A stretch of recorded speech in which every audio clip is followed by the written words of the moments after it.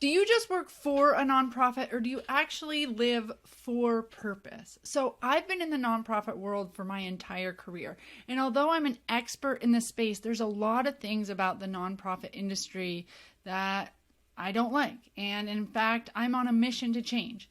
The good news is that there is nothing inherently wrong with nonprofits. They're a great way to structure a business offering a public service or a public good. They require a board for checks and balances and give community members and funders and other stakeholders the opportunity to give back to a cause that speaks directly to their heart. It allows us to play a role in the solution. But nonprofits are messy. They're messy because, well, humans run them. And the majority of problems that nonprofits face are the direct result of the leadership that runs them. That's right. It's you. You're the problem. But that's actually a good thing. It's good news because you is something that we can change. And when we do, not only will the nonprofit be better off, but the community, your staff, the volunteers, and the people that you serve will be better off too. And you may have some limiting beliefs, and it's not your fault that you have these limiting beliefs, because I also had these limiting beliefs, and it's not because I wasn't confident or because I came up with them. It was because the industry fed these to me, and I had to fight through a whole bunch of imposter syndrome before I felt confident saying, you know what? The whole industry has it wrong, and trailblaze my own path. And that's what I want you to do. So today I'm going to go through some of the myths that I think not only hold nonprofits back, but I think they cripple the industry. And I hope it gives you permission to think differently. Okay? So let's do this.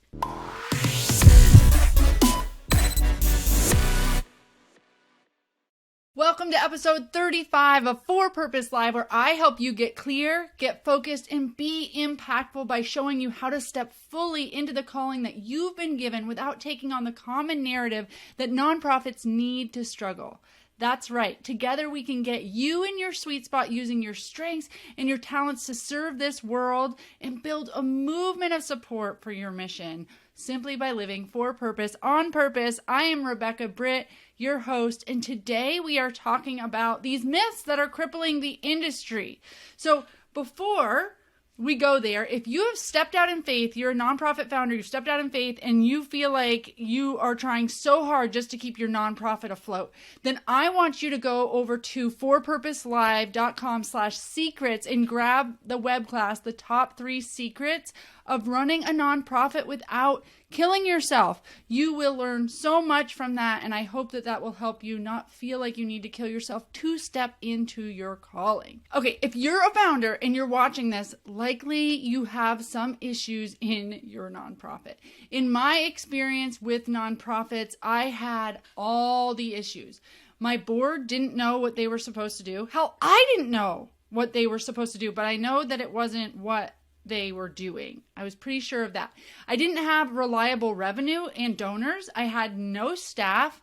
But worst of all, I was just super aware of all the problems, like everything that I needed to do, everything that was burdening me. And I didn't know what I should prioritize. And there were so many things to do that I was overwhelmed. And I actually felt pretty resentful and stuck. Have you ever felt paralyzed by your to-do list? Like you have so many things to do and you don't know how to prioritize it, and you know that you need to prioritize it. So you actually are paralyzed and you don't do anything. And while you're sitting there doing nothing and not knowing what to do, you let your emails or the calls or the volunteers or the people that walk in your space kind of dictate what you do. And that's just like kind of how you run on autopilot, putting out fires or doing whatever because a volunteer asks you for something, a board member emails you something. Okay, good. Somebody's telling me what to do. But you know what? As leaders, as good nonprofit leaders of a public good or service, we do not get the luxury of just responding, okay? We do not get to just do what other people tell us to do. If you want to do that, go be an employee. Don't take donor dollars for your cause, okay? We are leaders of an organization that has asked supporters to invest in us, okay? They trust us to make sound decisions, to be strategic and choose the activities that have the highest return on investment for our mission and for our cause, for our solution to society's issue, okay? And we need to be able to go from running a nonprofit to living for purpose. And how do we do that? Well, it's by bucking a lot of the industry myths and forging a new path, okay? A new path for the nonprofit sector. And I want to go through some myths that are out there and that are holding you back, because these myths are just rampant in the nonprofit sector, and they held me down for a long time until I really was able to say, you know what, this is wrong. This is wrong. Myth number 1 is that your programming has to be evidence-based. Okay, so I ran a nonprofit, and people would always ask me, you know, is your program evidence-based? And I knew it wasn't, because I created it. It was a new, innovative program. And I created the program, so I knew it wasn't evidence-based because I hadn't done research. And I was trying. I went back to school and got my master's in program evaluation so that I could evaluate a program, so that I could understand how to demonstrate impact. Like, I get that evidence matters, but everything you do doesn't need to be evidence-based, okay? Because there's still a problem in society, right? Your mission addresses a problem. So the problem hasn't been solved, meaning all the best evidence-based programs have not solved the problem. I'm not saying that they're not good. I'm not saying that we shouldn't just replicate something that is evidence-based. If it's working, let's do it. And I do think that being evidence-based, like if you were going to start a nonprofit to serve a specific population, I don't think that you should just sit there and do what you think you should do, like because you haven't read any research on the topic or whatever.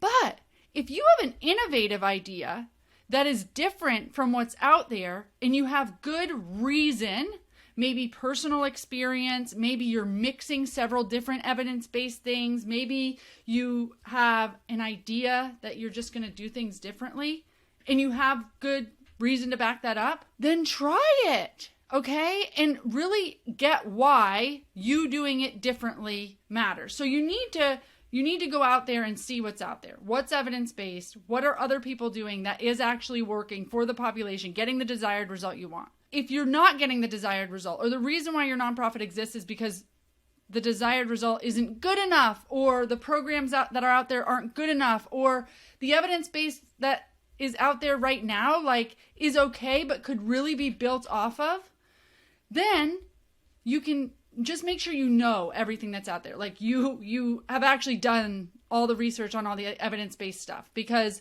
you want to, if somebody comes to you and goes, why aren't you doing all of these things that are proven to be evidence-based? You want to have a response to that. Well, these are the flaws I've seen in those things. Or the research, even though it's evidence-based, the research is quite small on that. So, for example, equine assisted learning is what I did with children in foster care. And almost all the research out there on equine therapies, animal therapies, equine assisted learning, all of that batch of research, almost all of them were 8 to 10 week programs. Okay. So, and even now, like Medicaid, insurance, people, they will only pay for 8 weeks or whatever. So that's why most programs are built on that. Well, guess what? That's not good enough for me. It's not good enough for children in foster care. Children in foster care have had unstable beginnings. It takes them a very long time to build a relationship with someone. So to put a kid in 8 weeks of programming and call it stable moments, it doesn't seem very stable to me to only allow 8 weeks when a kid's just starting to come out of their shell and just getting to know their mentor. So honestly, I would have done like years of programming for this population so that they literally had a stable place to go to for as long as they needed to.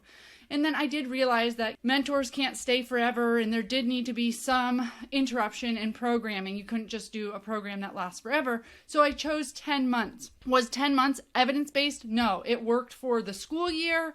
It worked to have 2 months off. It worked for the families, and it worked for the mentors. So I found a reasonable time that could still make it long term. Now, people have asked me, is 10 months evidence-based? I say no, but 8 weeks isn't enough, and that's all the research shows. So yes, there is good evidence in the research that shows that, 8 weeks of animal therapy is good. But it's not good enough for this population, and this is why. And so we're doing 10 months. Oh, and by the way, we have all these other structured ways. Okay, So you don't have to be evidence-based. Just say the limitations of the current evidence-based and how you're better or different. And then certainly you would want to add on to that how you're evaluating yours. So, we implemented a pre and post test so that we could see life skills kids had when they entered the program, and then life skills when kids exit the program to see if there was an increase in life skills. You could test your duration by doing like a life skills test at 1 month, 2 month, 3 month, 4 month, 5 month, 6 month, and see really where's the sweet spot that we're getting the most. And that's one way to figure out how long is the most benefit duration of programming. But I make it so that the kids can stop for the 2 months after the 10 months, and then they can re-enroll in the next year. Because again, for me, it's just very important that say a kid is moving from foster home to foster home, that they are, if we can provide it, they are able to come and have one stable, healthy relationship in their life. And stable means that it's consistent, right? It stays in their life. Now, that's another piece of the program that actually is evidence-based. Harvard research says that one of the biggest things to build resilience in children with early complex trauma is one healthy relationship. This could be a coach, this could be a parent, this could be an uncle, okay? But one healthy relationship in the child's life over time that they could rely on. So, my program, there is not specific research on my actual model, right? My actual model with individualized plans of care and equine assisted learning and foster kids, like very specific things to my model. But there is things that say equine learning is good for 6 to 8 weeks with kids. Okay, so not specifically my program, but I have some research base there. And then I have some research base to say, hey, but particularly with this population, it's long-term relationships that are healthy. Okay, so I'm taking pieces of the evidence to support my model, and then I'm evaluating my model as I go. Okay? But no, if somebody says, is your program, Stable Moments program, is it evidence-based? No, I have not done bona fide research on it. I apply for grants to get research, and we're trying to get research. We have program evaluation methods in place, and we're looking at that data. But no, I don't have an evidence-based program. And oh my gosh, can you imagine if I just said, well, I guess I won't do this because it's not evidence-based, and I just chose to do an 8-week program with kids that's a specific population that is underserved, and not many people are serving them anyway, so the research wouldn't be there. My point is, you needed my innovation. You needed my innovation to say, I'm not just going to choose program that's 8 weeks. That doesn't feel good to me because I know that these kids need long-term relationships, okay? I just don't want you to feel like your programming isn't good because it's evidence-based. Understand the evidence out there. Understand why or why not you're choosing that evidence-based. How are you adding to it? How are you different? Why are you different? And then stand on that hill. Get confidence about why you're different. No, we're not evidence-based. This is why. We don't have the evidence base to prove this, and I'm on a mission to do that. Okay? And I've got good reasons. Okay? So again, you're not just choosing programming out of the air because you think it would be nice that kids get this thing. No. You're seeing what's out there. You're choosing if it aligns with what you're trying to do. Replicate it. Stable Moments, there are Stable Moments locations across the U.S., and that's because people go, wow, that looks like a nice replicable model. I don't need to reinvent the wheel. And they are replicating it. So go ahead and replicate a model if it works and you're looking for programming to serve a population and it does exactly what you need it to do. Maybe you're the only person in a specific county or state that's going to start this model and you really want to bring it to your state. Perfect. But don't feel like I felt like you were not good enough because your programming wasn't evidence-based yet. The whole industry needs space for innovation, and you never know, you might be on to the next thing, the next solution that's really going to be the thing. It might catch on. You might be able to license your program model, make it replicable, have other people do your program model like I did. So don't let it being evidence-based cripple you, and don't try to pigeonhole yourself into evidence-based areas if you have an innovative idea. Get jazzed about it, get excited about it, and start saying why yours is better even though it isn't evidence-based, or why you believe in it because even though it isn't evidence-based, okay? Myth number 2 is bigger is better. Most nonprofits that I work with, doing strategic planning with, they have a myth or a limiting belief that they want to scale. So they, first of all, think that if they are serving 5 kids right now, a good goal for them is to serve 10. If they're serving 10, a good goal is them to serve 100. If I ask them, where do you see your nonprofit in 5 years? They are serving more people, okay? And they think of that as just, get more kids through the door, get more staff, get a bigger budget. And yes, does more money pay for more staff? And does it usually mean that you can serve more kids? Yes. But sometimes people get so focused on serving more that they let a lot of other things slide. And they think that funders want to see that progress over time means that you are serving 10 kids one year and 20 kids the next year and 30 kids the next year. And that's what progress is. And that's the only determination or measure of progress. And that's where we can fall, because we do so much just to get more kids through the door and to support more programming and to get more money to support that incremental change, that we may be missing bigger opportunity. You may be able to make more impact in the lives of a smaller amount of people, while you are also either creating more programming or developing your programming into a replicable model, or getting all of your foundational needs met so that you can write grants, or so that you can get funding, so that you can have staff, so that you can scale in whatever way is best for the population. For me, it did not mean serving 25 kids in one location and then serving 30, and then my property would have maxed out at 50 or 100 kids. And instead, I kept serving less. I kept it at 20. I'm not serving any more here. I'm going to build the replicable model. I'm going to license the program. And now I serve kids at all these different locations across the United States, okay? Way more than my one location could have done. But I really had to tell people, we're not taking on more kids. We're not growing. And everybody really felt like, a lot of people in the industry felt like, well, what are you going to tell donors? And I wasn't able to show that I was going to be able to license this program yet. I wasn't really able, there was not much to show for it when I went inside and built the whole model and wrote a book and did all the things that I needed to do to lay this foundation for this bigger vision. People want to see immediate gratification, immediate revenue coming in. They want to see immediate more kids in the program. They want to see a busy hubbub of, community volunteers and all of this stuff. So you need to hold the vision. Everything goes through a cycle, right? We go through winter periods, hibernation periods, where we build things and, things need to go dormant for a while. We need to work on things like when we're pregnant with something.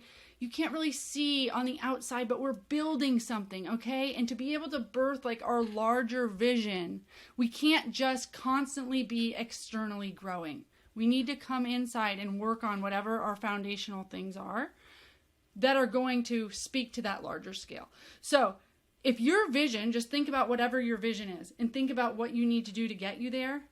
It may not be getting new staff so that you can serve more people. And if that takes up all your time and you can't come in and do some of the infrastructure stuff. If you do want to serve a whole bunch of kids, but that doesn't just look like I'm going to bring in another kid today and another kid tomorrow, another kid tomorrow, but you don't have any of the staff or the funding or the real solid ground to be able to accept new kids into the program, then don't do that. What are you going to do? Allow 45, 50 kids come in and then tell them, we're a little top heavy. We didn't think of this right. So we're going to have to pause programming. Sorry. No.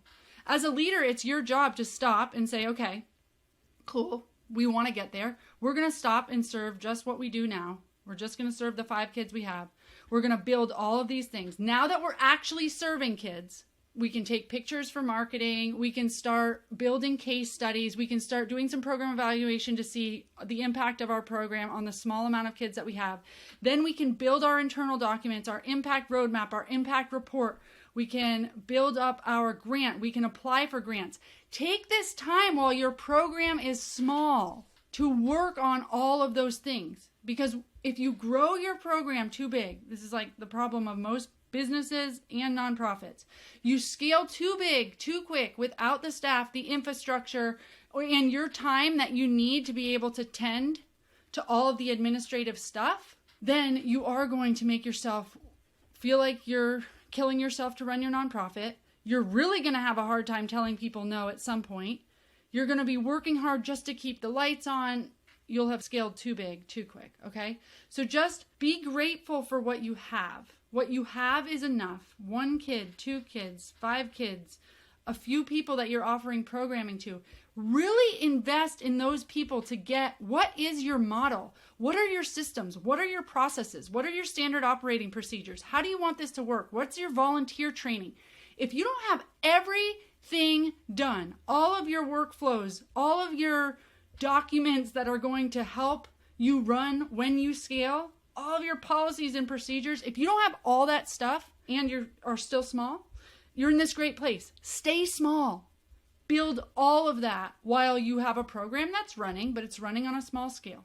And you can use that when you go to funders and you go to donors, instead of being sheepish and being like, well, we haven't scaled yet. We haven't gotten up to the amount of kids that we want to get to. But we hope to in a couple. Be like, what we did is we took this first year, we took this wherever we're at, however many years in. What we've really been doing while we've served these 5 is we've gotten our model down. We've really made sure that we get all of our systems and processes. We've spent a lot of time applying for grants. We've spent a lot of time, researching evidence-based programming or creating program evaluation methods for our programming. We've just made sure that our organization is going to be sustainable so that we never need to tell a kid that, 1, we're not open or that we're not offering services next year. So I know funders would love to hear that you've taken the time to take care of the house, that you've built the structure that can support all of the kids that are going to come when they write the check. And of course, you don't need to be a nonprofit that serves kids. That was just part of the example. So bigger is not always better. Take this time and don't feel badly that you only serve a certain amount. Make it intentional. Say, we intentionally only serve these few people because this is what we're working on.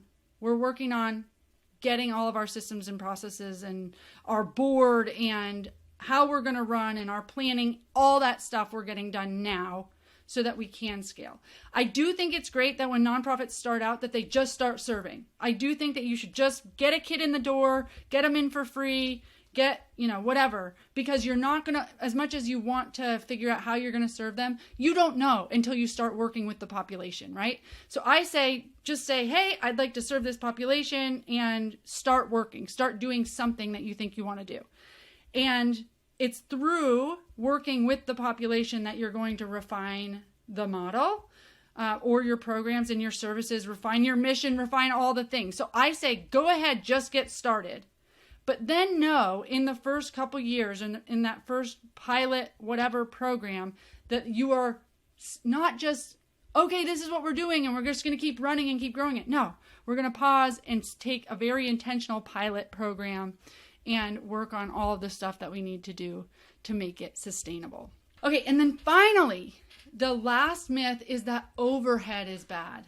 Okay, and I do actually see that some of the industry is starting to transition a bit from this.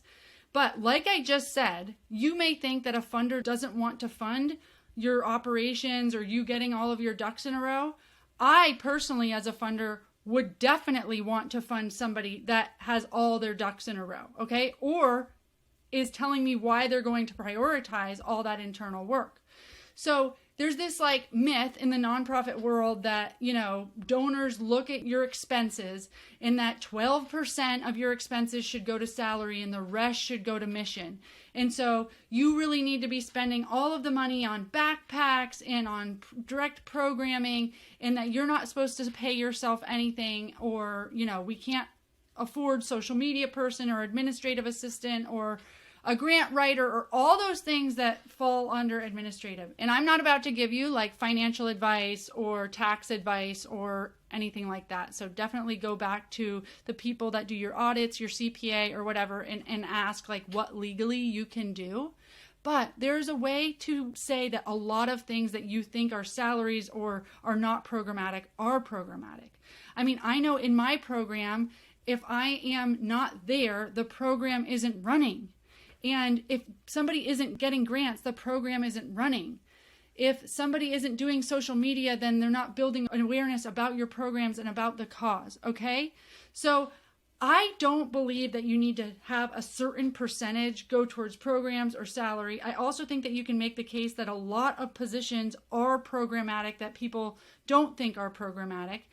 But my biggest thing to tell you for funders is be transparent.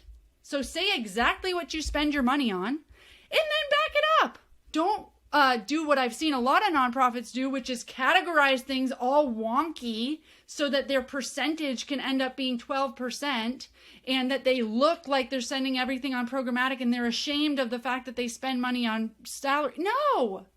Say exactly what you spend your money on, okay? And then come out and talk about it.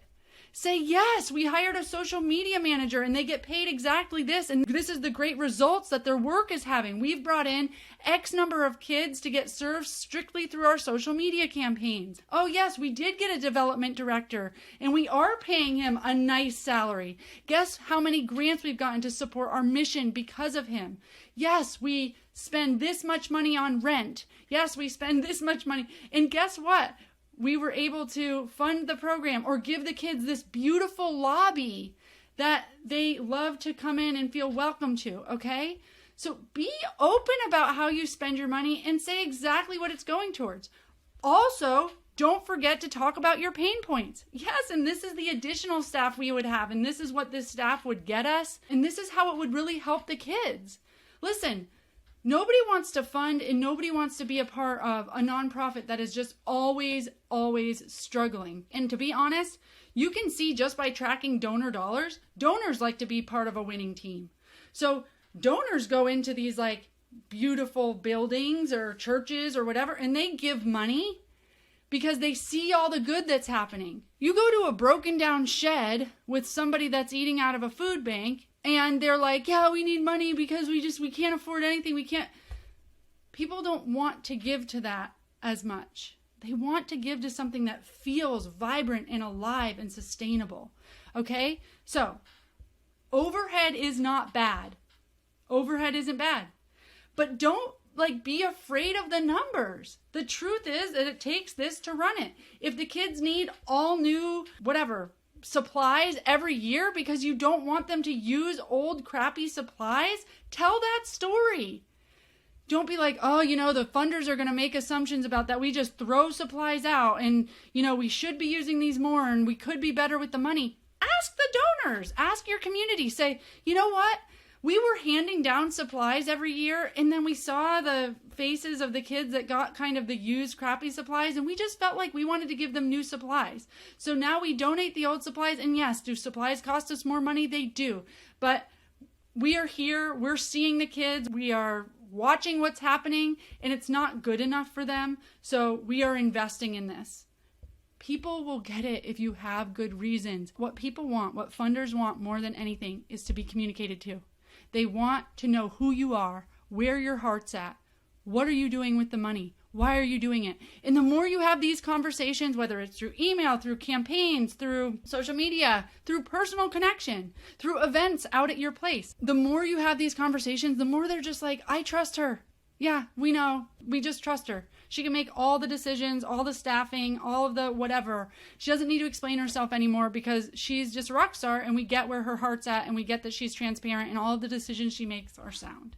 That's what you want. You don't want people looking at your pie chart on your website deciding if you're worthy.